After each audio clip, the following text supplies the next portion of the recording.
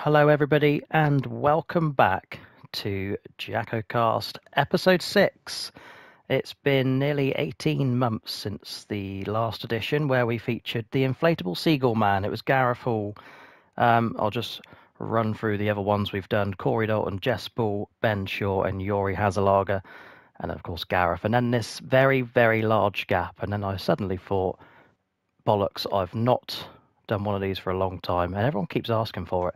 So here we are, back to JACKOCAST, and today's guest was the driver of the 21 car, now the driver of the 66 car, has 169 Cup Series starts, 3 Kia Series starts, which is 163 starts in total, which puts him 5th all-time, 883 Cup Series points, which is 10th all-time, 3 Cup Series wins, and the inaugural Cup Series champion. Any guesses? It's a certain Mr. Peter Knighton. Welcome, Pete. How are you? And good evening, as we are. Yeah, thank you for having me, Jacko. I thought might as well get this out of the way sooner rather than later. I was trying to leave it until I was in a better mood from driving in the Cup Series, but I'm yet to get that 4th win under my belt. I just think there's a conspiracy theory between everyone just making sure that it doesn't happen because it's just a big meme now. It might as well continue to the end of season 10. Oh dear. And what you said to me before we started this as well, you said you were going to wait for that win, but you're running out of races, so I don't blame you for getting it done now. Although the plan is to extend JACKOCAST into next year and beyond, so eventually we will get around to everyone. Anyway, as is the first question with all of these, I ask you, how did you end up in JACKOCAR? I know the answer, but tell the good people. Well, interesting story.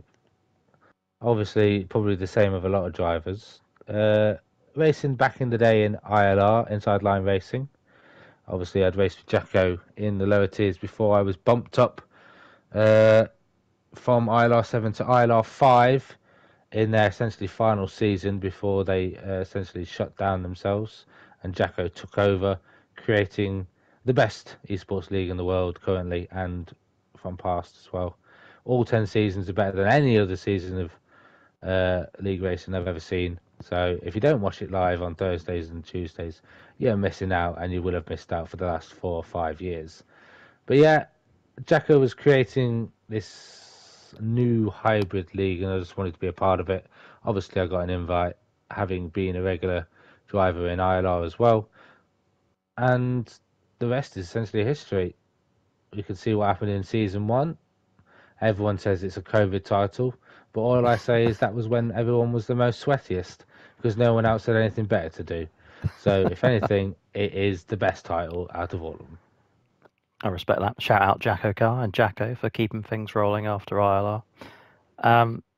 Yeah, I knew that, and so did everyone else. I think near enough everybody who I've done this with has come from ILR, the good old days. And you are right, we are better than ILR. It is a plain and simple fact. Do you love every second of it? Oh yeah, I wouldn't keep coming back every Thursday, even with the absolute shit shows that I get put through week in, week out. The draining of my mental health due to how poor the driving standards have ended up becoming, the side by side racing. But I'm still here every week, and I still want to race every week because I know that if I do end up getting that 4th win on the cards, I'm just going to stick it in everyone's faces forever. I know. And I tell you what, there has been a couple of times where I thought, oh, bloody hell, Pete's not going to continue with this when the results weren't falling your way. But you are still here. One of the OG drivers, I think. Hang on my list here, I have yourself. Yourself, Jordan, Yori, Mike Kelterborn, and Sullivan Lewis, and Michael Okeke are the only people who have been in every single season. Would you believe? So, Oh, fair yeah, play. not many of us original drivers left, to be fair. But what's the problem with doing it from start to finish? Might as well go all the way. Love it. And you speak of results. 3 race wins on the bounce in season 1. You're one of only 2 drivers to do so. Kyle Smith got 4 in a row in season 2. But it shows how hard it is to win in the league. How did you manage to get 3 in a row? How did that come about? I think I just had the pace back then. I just had the consistency. I knew I was one of the quicker drivers coming into the first season of JACKOCAR, and there was a fair few other drivers that were on pace with myself that were battling for the wins. But I just had the confidence and the consistency, and I actually put the time into practice as well beforehand, knowing that I had the chances to win races. And realistically, the goal wasn't really to go all the way, but it did in the end. When it came to that championship 5 night, I really wanted to do it. Nearly threw myself under the bus with that 10-second time penalty and getting that wing damage from that first safety car restart. But I took it on the chin and took it all the way to the finish line. You've taken my next question out of my mouth already. I was actually going to say, Have I? yeah, no, it's fine because we're going to touch on it anyway. It wasn't just those 3 wins. Everyone knows you as Pete 3 wins, but let's not forget.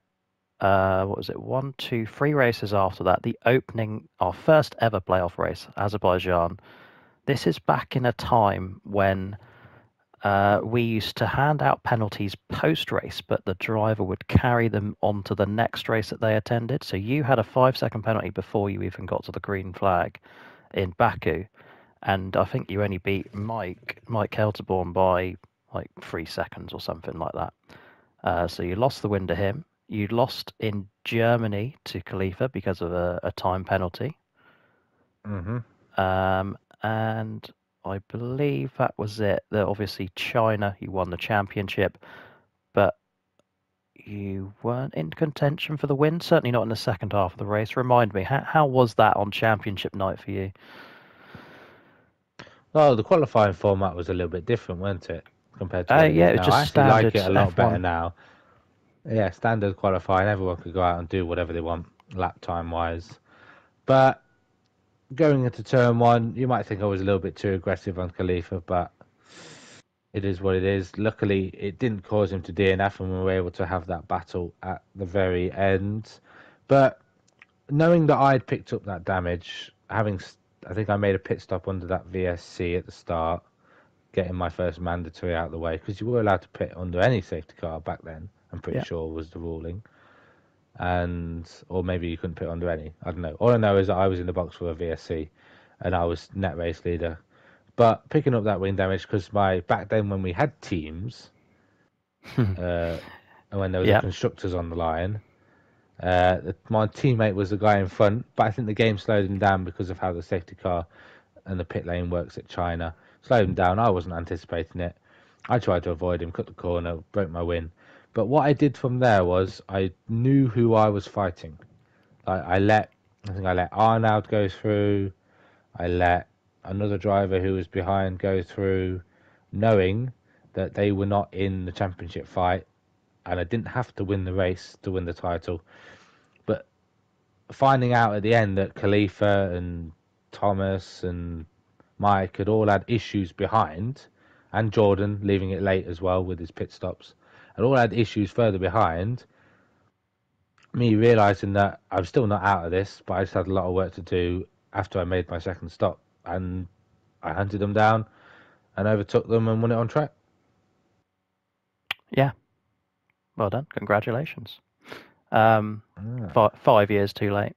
No, I'm sure I congratulate you. Yeah, I've got 2 trophies as well, so I love how the trophy that you did give me originally is like one of those trophies you pick up from like a little store and you get it engraved. I remember this. So I've still got that. It's right there on my desk at the moment, still with the updated version. The better one. I remember. Yeah, definitely the better one. Who was it? Someone else. You saw someone else's Jacko car. I think I saw the season 2 one. The one that you were getting printed. And then you were like, I want one. I was like, oh yeah, that's Yeah. fine. I'll just have to pay for it here, Pete. um, but no, absolutely right. I like the idea of all the trophies being uniform as well.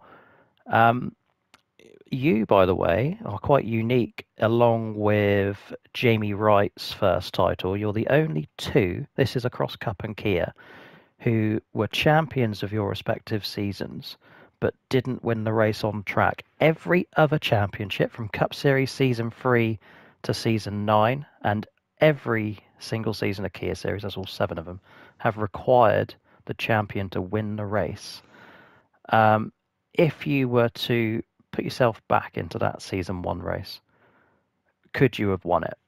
Yes or no answer. Could you have won that race if you had to? Because it was No. won by Jamie Bromley. No. No. If you want the one answer, the answer is no. No. Just because of how the race unfolded. So the Yeah. answer is no, I couldn't have won on track. Going back to my thing about uniform, it's actually quite annoying that I've got Jamie Bromley, who won in China Season 1, then Riley Buys Brazil Season 2. They should be champions, but, can't have it all.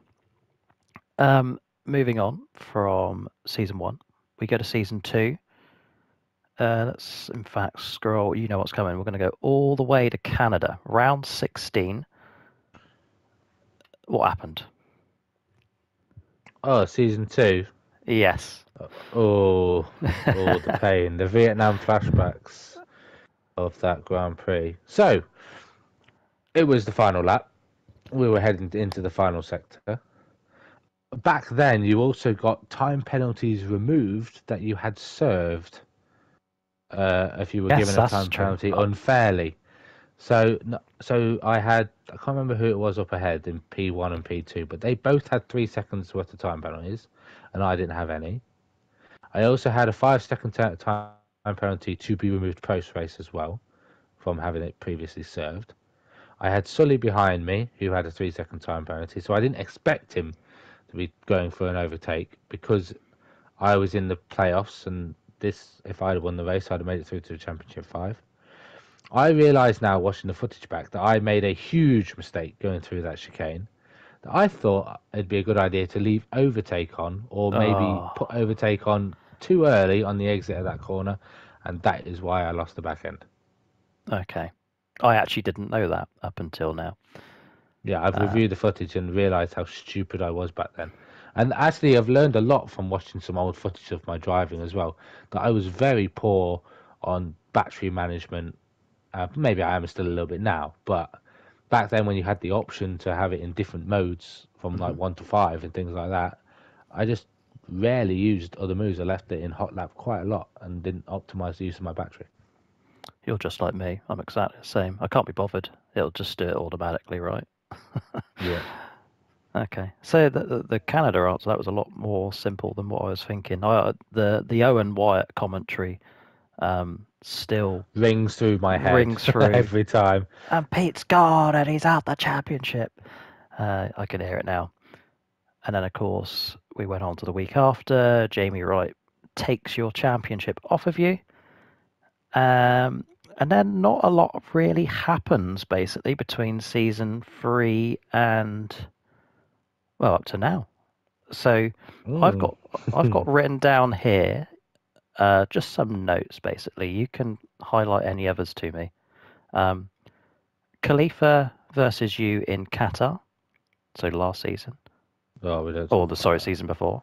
They've also got Khalifa versus you in Brazil. I believe it was Season 3. And Yeah. also, weren't you on for a win at Silverstone in the last 3 or 4 seasons as well? Yeah, when you got to choose the joker, we'll start with the Silverstone one. When you got to choose the jokers, when it was a mystery calendar, and Oh yeah, I enjoyed that. mystery calendar, and everyone just had to pick a number, and I, out of everyone, somehow got Silverstone, and I Yeah. was in prime position as you were repeating yourselves over yourself and Owen on commentary that I was in a strong position, Sorry. and we know how that unfolded. But it's not the fact that how it happened; it's the fact that it was Gareth that I made it happen. I know he tried his best during the start of the race and then towards the end to try and hold everyone off. But it's the fact that he was caught on the outside going through Stowe and wanted to pit. Surely, if you're in a position where you want to pit, you would hug the inside of Stowe no matter what, because you're going to lose all your positions anyway, and then take the line that way. I couldn't go to the left because I think I had Casper on my outside anyway, and I wanted to go to hold my line there, and then everyone checked up in front, so I had to try and overtake, and then Gareth was braking to try and swerve across the pit lane. And my head had gone clearly because of what had just happened. So what I should have done, instead of staying out with the wing damage, I should have boxed. But we know how Codemasters is with games. If your wing damage is not sufficient enough to be changed, I would have made a pit stop for no reason and I'd have been towards the back anyway. May have had fresh tyres, but I still would have had the wing damage. And because it was a lap before the second stage, so everyone could box for the second mandatory, I was still in prime position. I wasn't trying to fight too hard, to be fair, especially on that restart, the lap before, because I knew I was a pit stop ahead of everyone else, trying to save my tyres. But it's just, as I mentioned, I feel like I'm cursed. I just feel like it's not meant to happen. Something is, every time I have in a situation where I'm in a strong position. For example, last week in Italy, I was in a very strong position. I avoided all the carnage. I started 13th and was up to 8th by the end of lap 1 because I'd avoided the chaos. And then I managed to get myself up to the top 5.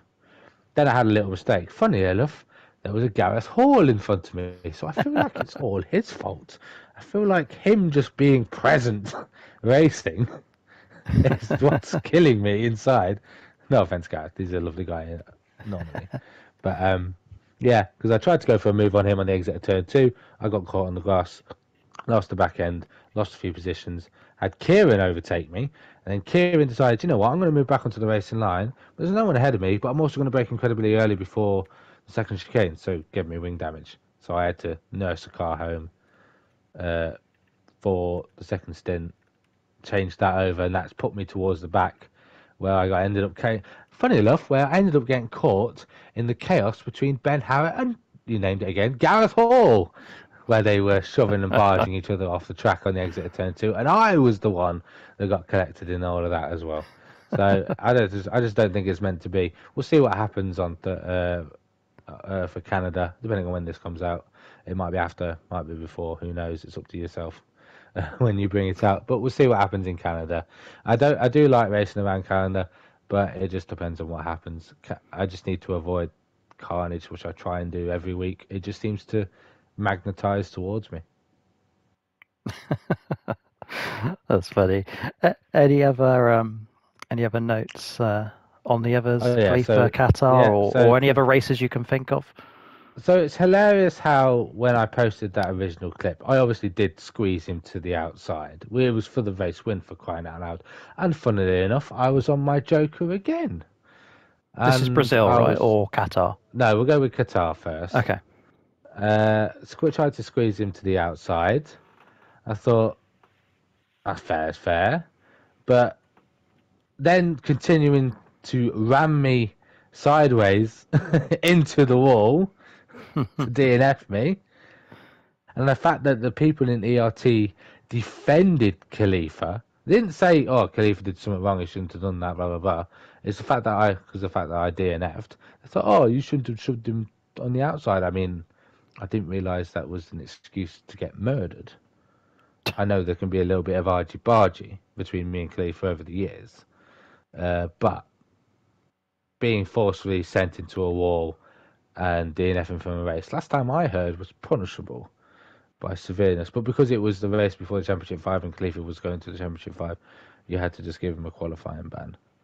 But, yeah, we won't talk about that one because that one just brings bad memories as well. And then Brazil, yeah, I feel like I got harshly decapitated by the stewards again. I agree with you on this one, by the way. Because the one at turn 3, I was not maliciously swiping him.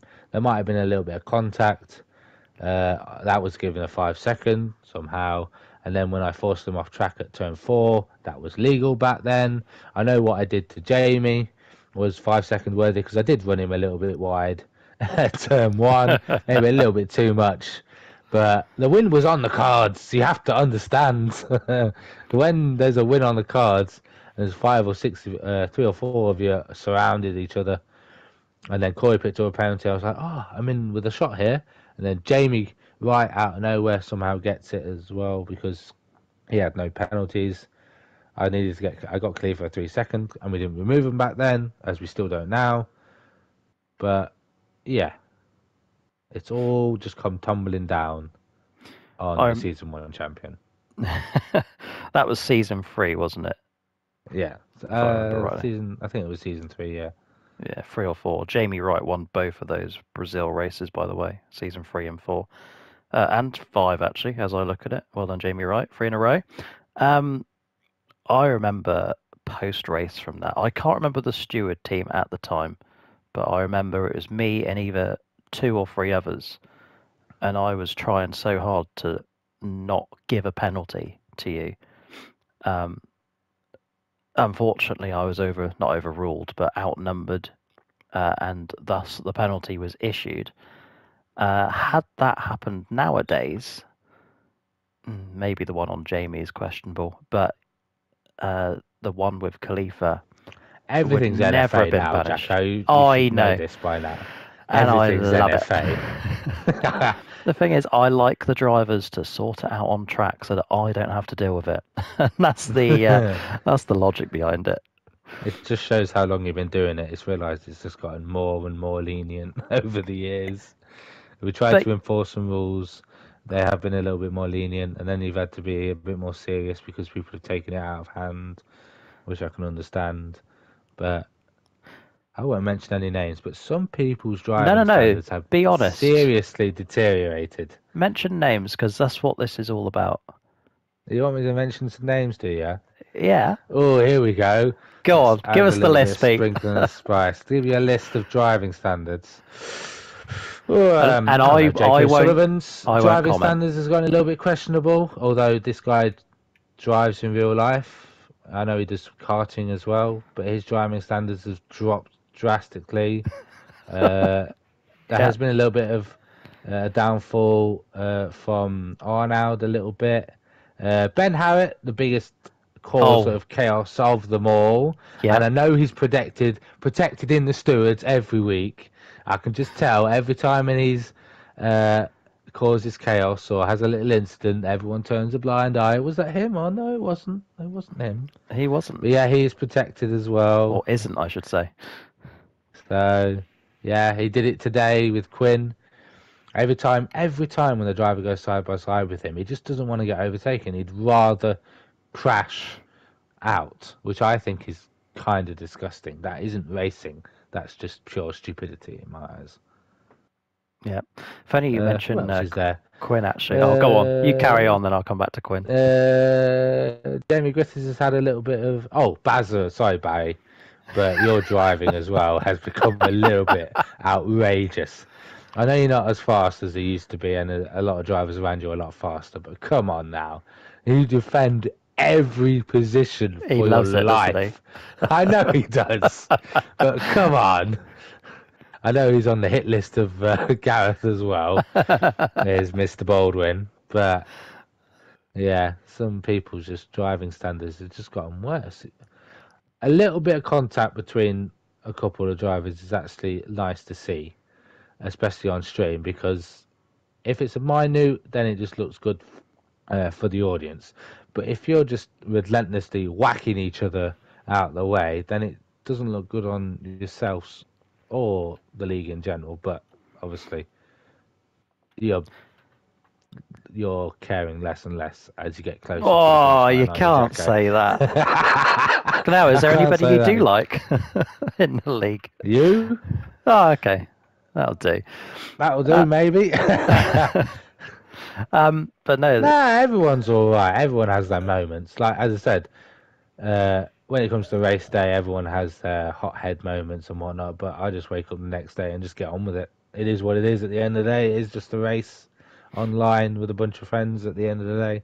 if you get a little bit salty and carry on and start making paragraphs, Mr. Jake O'Sullivan, about what may or may not have happened in the race, then you just need to get a life, to be honest. Sorry, you didn't say that clear enough. Was that Jacko Sullivan that writes paragraphs? He does, yeah. I don't know why. The thing Grow is, up. when it comes to real life, I've seen ERT, ART speed, the non-team people all mixed together fine and dandy. You all love each other, but I understand it from a racing perspective. I think I've even been mad at Michael O'Kk before in a racing environment, but nobody dislikes Michael, do they?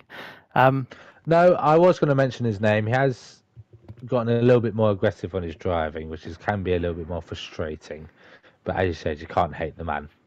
No. In real life, you really can't hate the guy. And you mentioned Danny Quinn as well, about his driving antics or lack of wanting to be overtaken. Yeah, that's Ben Harrett's driving antics of not wanting to be overtaken. But yeah, Danny Quinn has a little bit of that as well in him, especially after Brazil. He keeps wanting to do a podcast, so I feel it's only fair we mention him.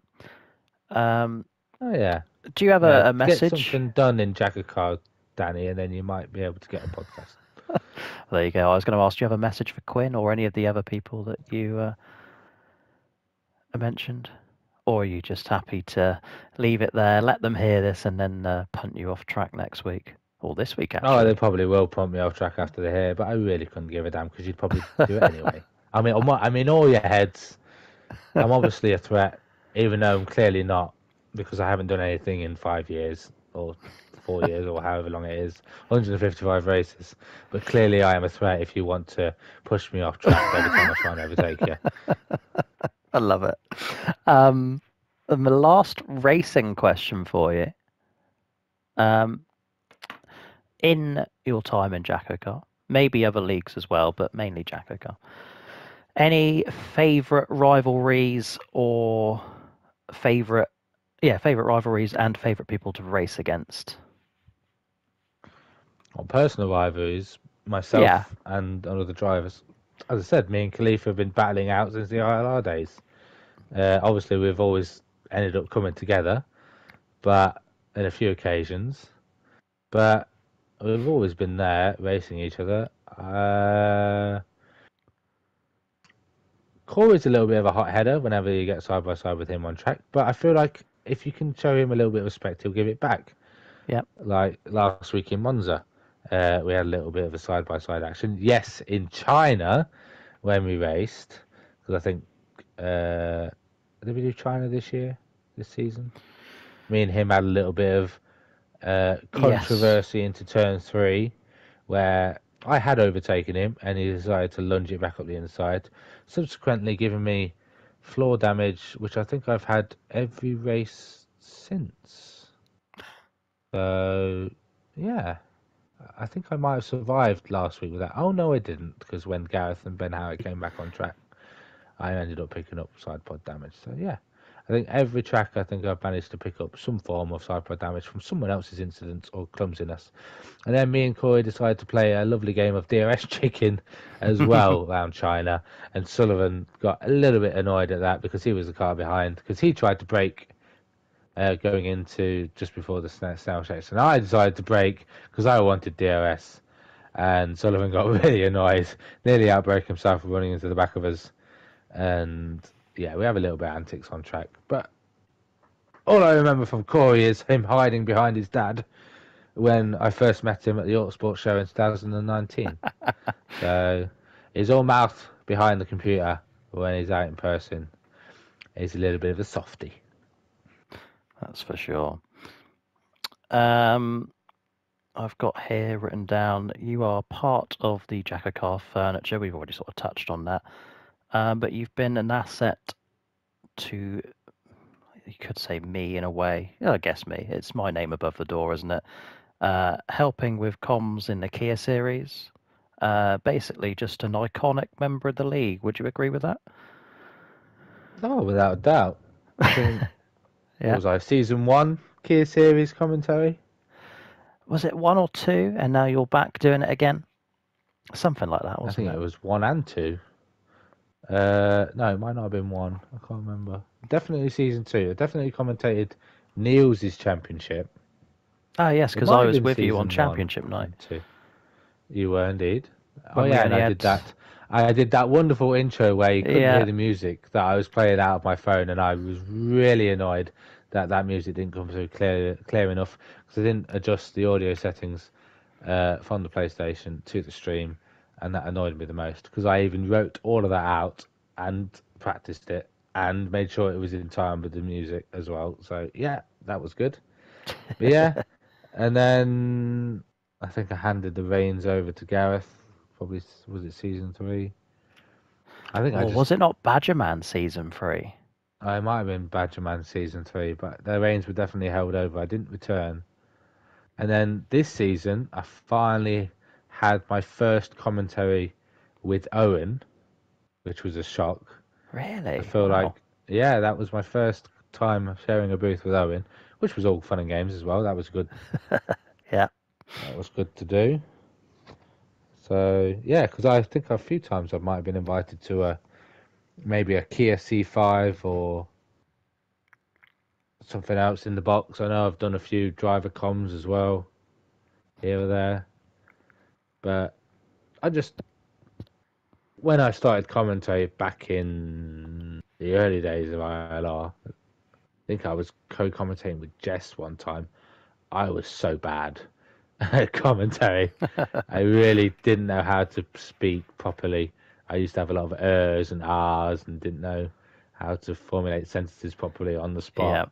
But since then, you just gotta take your time, just roll with the flow, and just go with it nowadays. And now I'm sharing a booth with Gareth, who's probably one of the best commentators I've commentated with and heard commentate. No offense, Owen, and yourself, Jacko. Yes. But you've Well, improved a lot over the time as yeah, well, Jacko. So I'll give you but credit. you can't argue with a 4-time golden microphone winner, can you? Not really, which, no. which is what We're Gareth not is. saying it's rigged either, but No, of course yeah, it's not. credit where it's due with Gareth. Yeah, he's very good in the booth. Knows I, what to talk about, when to talk about it, and how to talk about it. absolutely. I don't mind coming second to Gareth in, I think it was the last season or season before's golden microphone. No one ever saw the voting poll for that, but I come second to Gareth, which meant I beat Owen. So second to Gareth, absolutely fine, no issue with that. All happy. I've got 3 things left for you here. Which one do we go with first? Oh yeah. Who is your favourite member of Team Speed? Who's my favourite member of Team Speed? Ooh, that's a good question. Now, there is a lot of controversy because there's a lot of No, members I do like. I I, don't hate anyone in the team, you but sure? obviously yes. Go on. So I'm just stirring. Yeah, I know you are. You stir that pot. You make sure doesn't get sticky at the bottom. But yeah, I don't hate anyone in the team. Obviously, we all have our tiffs and taffs now and again, but I think there's a fair few people in the team that have their own respect for me in the different areas. Obviously, I've known Yuri the longest out of all of them. I did bring Sully in, and obviously we get on quite a lot, me and Sully.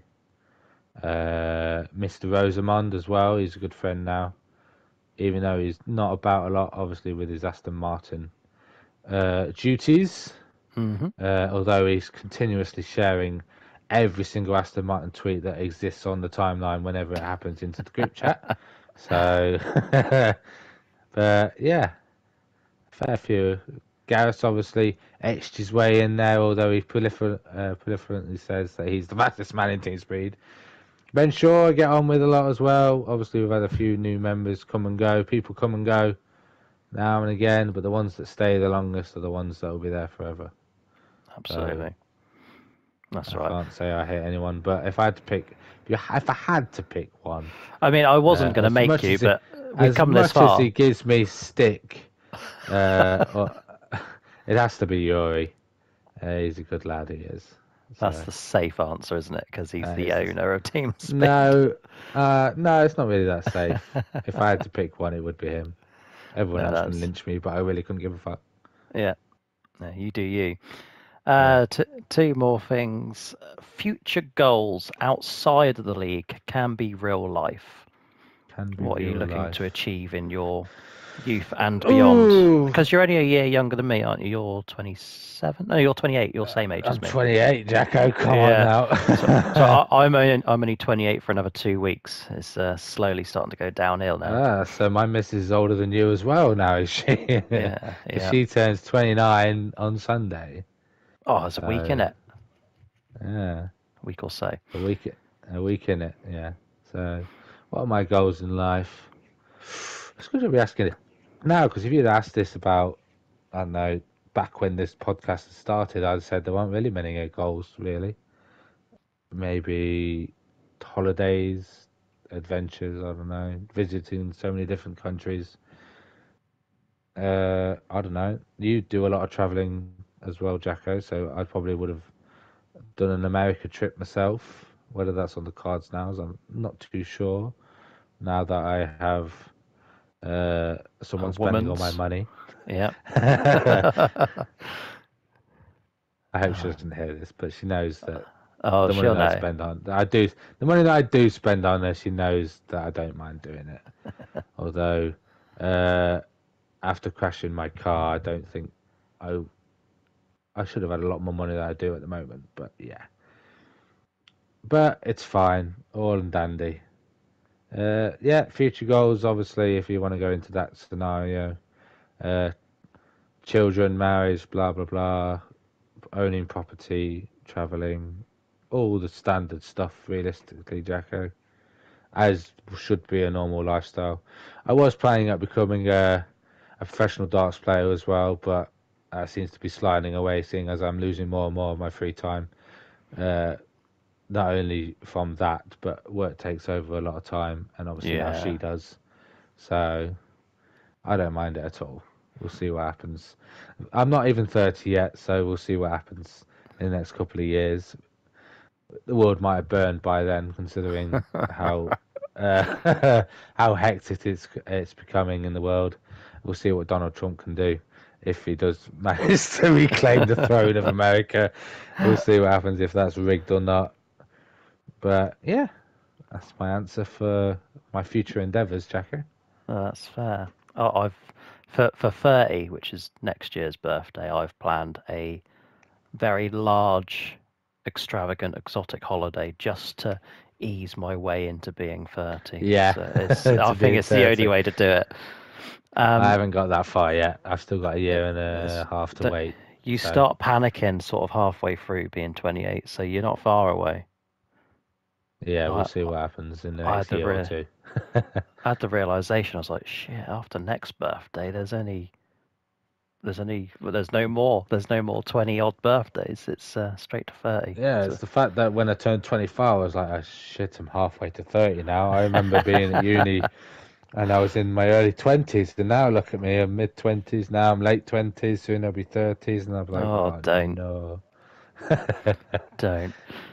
And the And fact that I started league racing as well, coming up to, well, you've probably been doing it a lot longer, but mine was started in start of 2018, so that's now 6 years I've been doing it, and that just feels like a long time ago. Is it a yeah, long time ago? Yeah, 2018. Because Mr. Jack Gooden, using the ILR account, I don't know whether you know the story, messaged me on Christmas Eve of 2017. okay, Because, yeah, messaged my Twitter account on, and I started talking to him about league racing. yeah. Oh, Pete, are you still there? I think Pete's gone. Everybody. Oh no. I'm not Oh, gone. It's you're just back. I hate that with, I can't say the word because it'll probably bring it up again, but the voice activation we have on this, when you say a word, it's not the word that activates it, and then you can't get rid of it. Oh, then it takes away your microphone privileges. I didn't So, realise. I've never said anything bad. Look, obviously, someone like yourself no, would I'm know not that. saying it bad, but I'm saying the name of the console that brings up the voice activation thing, where you can Okay, use it to navigate on. I'm not saying the word because it will just cut me off again. But yeah, that's fine. I didn't even say the word. It just sounds like it. A stupid thing. But what were we talking about? I don't know. uh, It's gone. oh yeah, oh yeah, yeah. ILR messaged me on Christmas Eve, That's it. and I asked them about this league racing malarkey. Because back then I was think I used to watch all the other stuff on YouTube.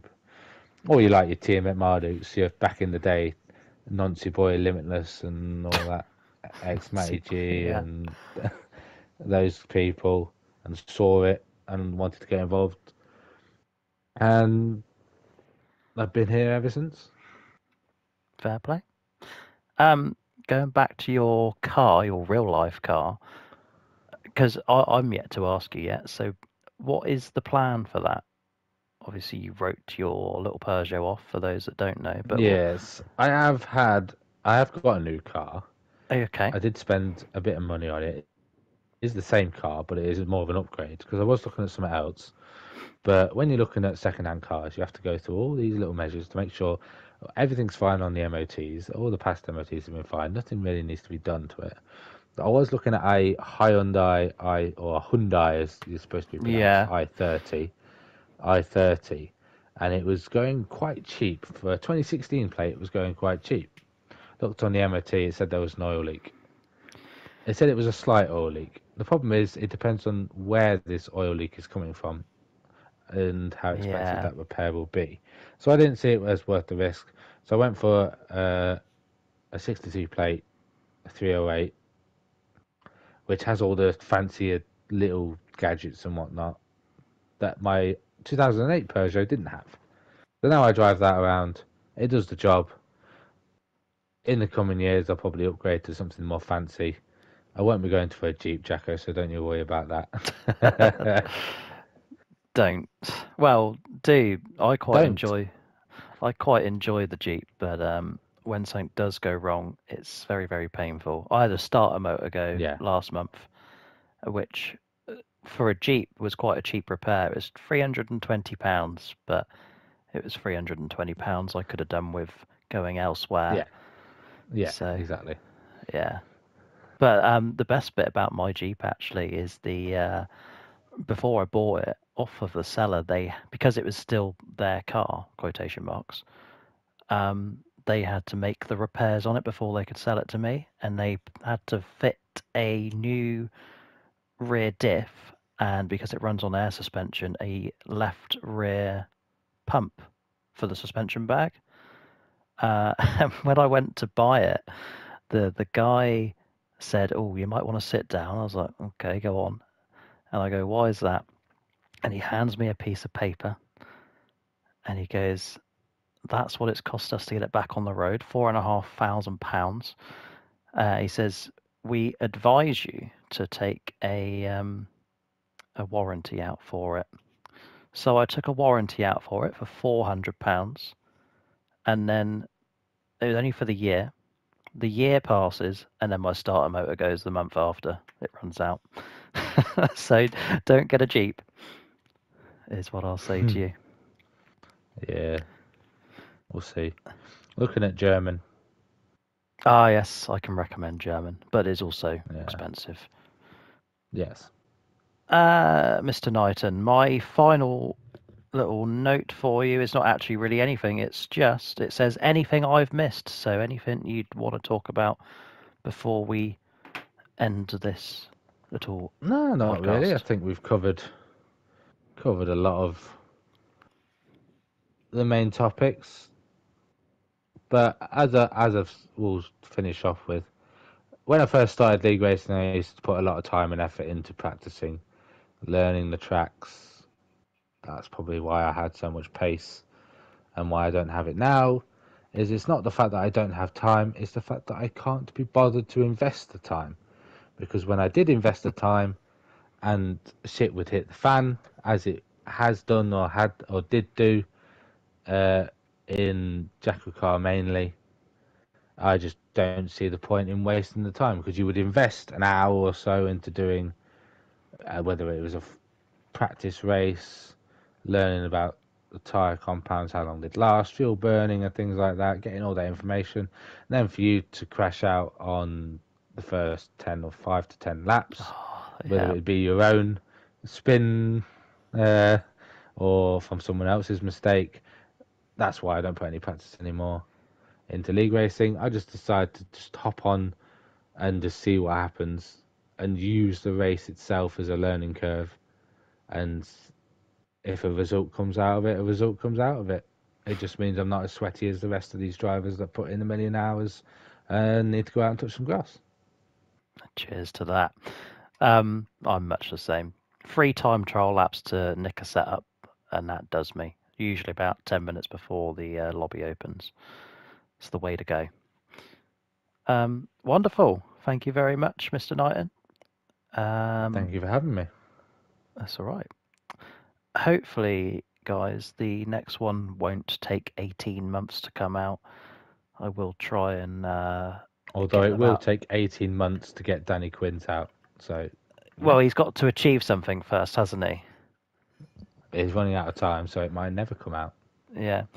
Or maybe we wait until he's got to another Championship 5 and then bottled that.